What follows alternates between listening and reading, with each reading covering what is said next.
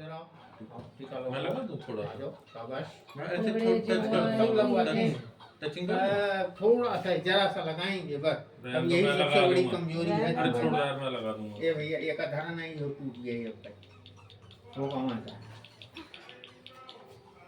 ना लगो अच्छा बाद में लग जाएगा। काम बात होना चाहिए।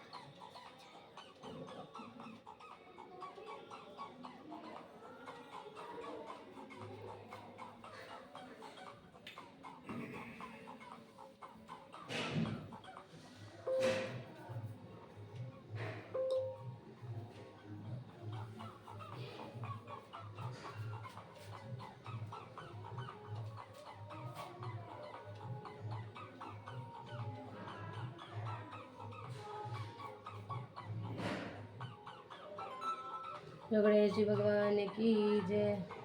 जो आरती हम पढ़े वाली हम हो कर भाई रहे हम हैं, से कर कर रहे हैं, कर तो का पढ़े वाली हमें ध्यान कर रहे हैं। 2 मिनट बैठ जाइए, जल्दी आइए ना। पढ़ा हम से 2 मिनट बैठिए, अभी जल्दबाजी ना करिए। जल्दबाजी ना करती तो 2-4 मिनट ओम केशवाय नमः, ओम माधवाय नमः, ओम नारायण नमः, ओम शिवाय नमः।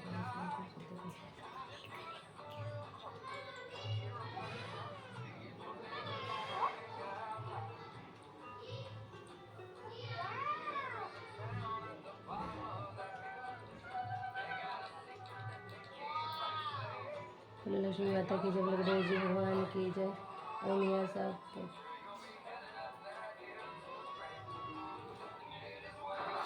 हो गया सारा, पूजा हो गया, आरती पढ़े, कहानी कर ली, आरती पढ़ाए। दिवाली कहानी ठीक है। पूजा समाधि महालक्ष्मी को करें, महालक्ष्मी पूजन, व्रत पूजन एवं विधि। कौन सा पढ़ना होता है? दीपावली की कथा। और कौन सी पढ़े भैया? करो तो अच्छी। बोले गणेश जी भगवान की जय, बोले लक्ष्मी माता की जय।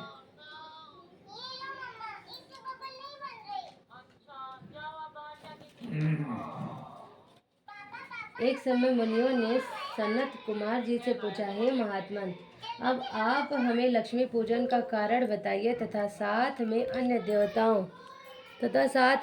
देवताओं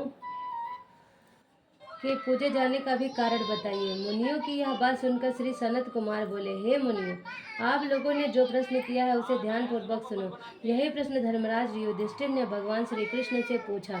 तब भगवान ने कहा, हे धर्मराज सुनो, दैत्यराज बलि के राज्य में सारी प्रजा सुखी थी, किसी को कोई कष्ट नहीं था।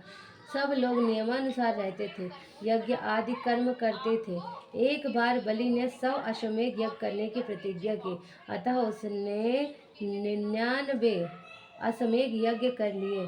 जब 100वां यज्ञ करने की उसने तैयारी की तो इंद्र बड़ा भयभीत हुआ और सोचने लगा, अगर इनसे 100वां यज्ञ पूर्ण कर लिया तो यह कहीं मेरा सिंहासन न छीन ले। अतः भय से कांपता हुआ ब्रह्मा रुद्र आदि देवताओं के साथ क्षीरशायी भगवान विष्णु के पास पहुंचा।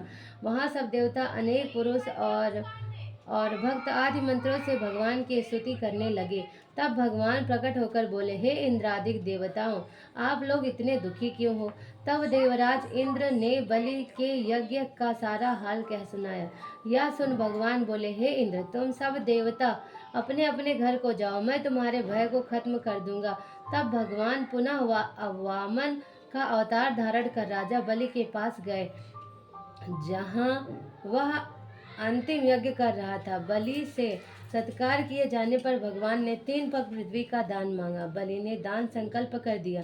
भगवान ने एक पग में सारी पृथ्वी तथा दूसरे में अंतरिक्ष नाप लिया और तीसरा उसके सिर पर रखा। फिर भगवान ने बलि से वर मांगने को कहा। बलि ने कहा, हे भगवान, कार्तिक के कृष्ण पक्ष कार्तिक वदी की त्रयोदशी, चतुर्दशी और अमावस्या के दिन पृथ्वी पर मेरा राज्य रहे। संपूर्ण प्रजा खूब दीपदान आदि कर श्री लक्ष्मी का आवाहन पूजन करे और लक्ष्मी जी उनके घर सदैव विराजमान रहे।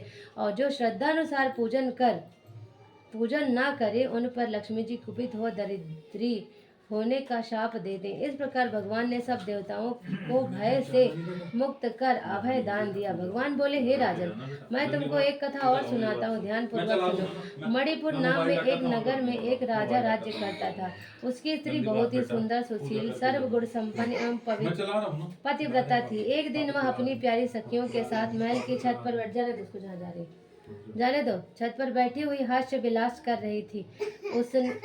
उसने मणिक्य आदि से जुड़ा हुआ नौलखा हार उतार कर समीप ही मुरेड़ पर रख दिया। शीघ्र ही एक चील उस हार को अपनी चोंच में दबाकर उड़ गई। रानी यह देखकर बहुत ही उदास हुई और सारा हाल राजा से कह सुनाया।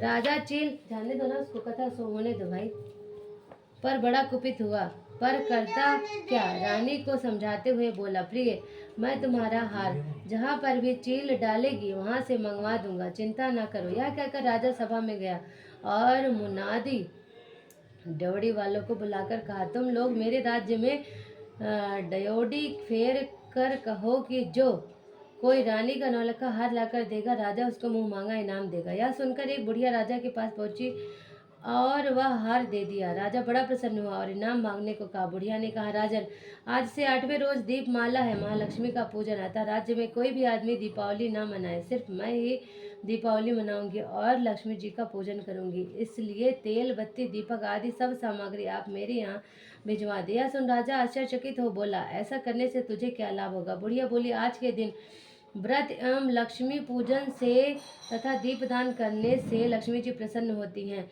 और उसके घर सदैव निवास करती है। राजा ने कहा, यह मैं भी करूंगा। बुढ़िया बोली, पहले मैं करूंगी, बाद में तुम करना। ऐसा करने पर राजा और बुढ़िया के घर अतुल संपत्ति, धन दौलत, हाथी घोड़े आदि हो गए। अतः हे धर्मराज, यह दीपावली का व्रत पूजन तुम भी करो, जिससे खोई हुई राज्य श्री तथा पुत्र पौत्र आदि तुमको पुनः प्राप्त हो।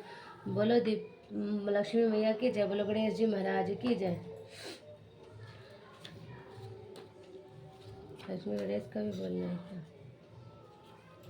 लेकिन लक्ष्मी चालीसा बोल देती हूँ। लक्ष्मी श्री लक्ष्मी जी की आरती, श्री जगदीश जी की आरती, गणेश जी बोलो। माते लक्ष्मी कर कृपा करो, हृदय में वास, मनोकामना सिद्ध कर पूर्व मेरी आस।